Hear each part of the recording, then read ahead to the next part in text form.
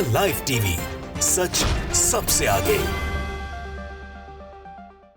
2024 का लोकसभा का चुनाव बीजेपी के लिए सबसे मुसीबत भरा चुनाव। बीजेपी की सभाओं में भीड़ जो है किस तरह से लाई जा रही है, उसके वीडियोस बार बार हर रोज़ आते हैं। एक मतदान का चरण हो चुका है और दूसरा चरण अब होना है कल। लेकिन ऐसे में गुजरात में अमित शाह जी की रैली को लेकर एक जो खुलासा हुआ है वो हर किसी को हैरान कर रहा है, क्योंकि गुजरात ये कहा जाता है कि भारतीय जनता पार्टी के लिए बीजेपी का किला है। ऐसा बीजेपी दावा करती है कि बीजेपी का किला है गुजरात, और गुजरात ने अमित शाह जी की रैली में भीड़ लाने में लाले पड़ गया। और किस तरह से भीड़ लाई गई है उसका एक वीडियो सामने आया है, जिसको देखकर बीजेपी के कई नेता, कई कार्यकर्ता सिर्फ और सिर्फ स्पीचलेस होंगे और कुछ नहीं हो सकता। आईपी सिंह हैं एक समाजवादी पार्टी के, उन्होंने इस वीडियो को ट्वीट किया है और भी लोगों ने डाला है। उन्होंने लिखा है कि अमित शाह की रैली में कॉलेज से जबरिया स्टूडेंट्स को उनकी रैली में ले जाया जा रहा है। स्कूल, कॉलेज और विश्वविद्यालयों पर भाजपा ने कब्जा कर लिया है। शिक्षक और छात्र छात्राओं को बंधुआ मजदूर बना लिया गया है। लोकतंत्र तानाशाही में तब्दील हो गया है। तानाशाही क्या होती है उसकी मिसाल है। ये वीडियो आप देखिए। इस वीडियो के बारे में ये कहा गया है कि इस वीडियो में जो छात्र दिख रहे हैं वो कॉलेजेस के स्टूडेंट्स हैं और उनको, टीचर्स को ज़बरदस्ती अमित शाह जी की रैली में भीड़ बढ़ाने के लिए या कुर्सियां भरने के लिए ले जाया जा रहा है। और ये सब वीडियो में कैद हुआ है। कुछ और भी वीडियोस हैं किसी और विषय को लेके, अमित शाह जी के ही लोकसभा चुनाव के, लेकिन ये वीडियो पहले आप देखिए।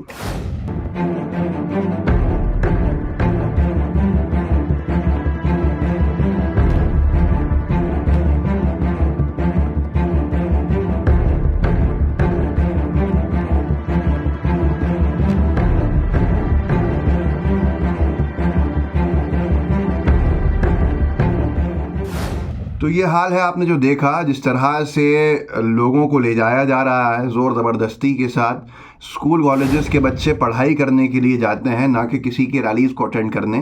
पर क्या हालत हो रही होगी बीजेपी की रैलीज़ में भीड़ कम होने की, इसका अंदाज़ा आप इससे लगा सकते हैं कि ज़बरदस्ती स्टूडेंट्स को रैलीज़ में ले जाया जा रहा है। ये पहली बार नहीं है। पीयूष गोयल जी मुंबई से चुनाव लड़ रहे हैं, बीजेपी के दिग्गज नेता हैं। मुझे नहीं लगता कभी वो चुनाव लड़े हैं या जीते हैं। राज्यसभा के रास्ते से ही जाते रहे हैं। बड़े बड़े मंत्री पद पे बैठे हैं क्योंकि पिता उनके कोषाध्यक्ष थे बीजेपी के। और वो बीजेपी जो परिवारवाद के खिलाफ राजनीति करने की बात करती है, उसमें अनेक परिवारवाद के उदाहरण आपको मिल जाएंगे। पीयूष गोयल जी के भी प्रोग्राम्स के, उनके मुंबई लोकसभा जो क्षेत्र है जो उनका, उसके कुछ वीडियोस आए थे जिसमें ज़बरदस्ती स्कूल, कॉलेज, किसी कॉलेज के बच्चों को ये आदेश दिए जा रहे थे कि वो पीयूष गोयल जी के चुनाव की सभाओं को अटेंड करें, जिस पर बहुत विवाद भी हुआ था, बहुत वीडियो वायरल भी हुए थे। लेकिन अब ये अमित शाह जी के ही रैली का वीडियो बताया जा रहा है जो गुजरात का है, कि महाराष्ट्र में ही नहीं बल्कि गुजरात में ही बीजेपी के लिए अब लाले पड़ रहे हैं और मुश्किलें खड़ी हो रही हैं लोगों की भीड़ के। अच्छा, लोग क्यों आए? लोग इनकी रैलीज़ में क्यों आए?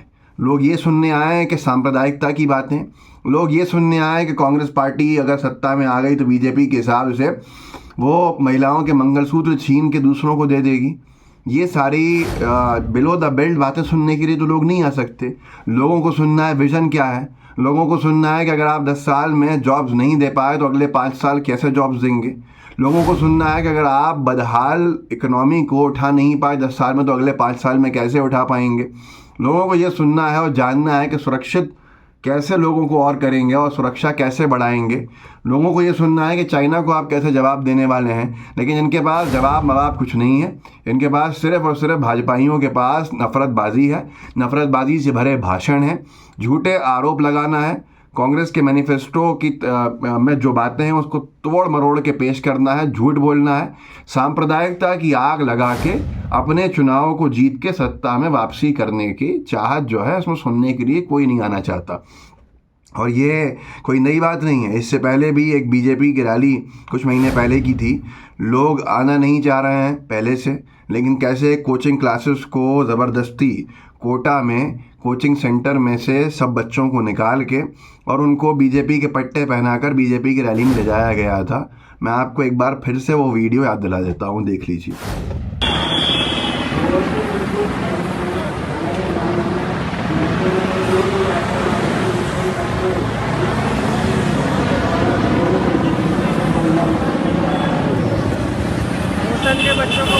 तो ये हाल है।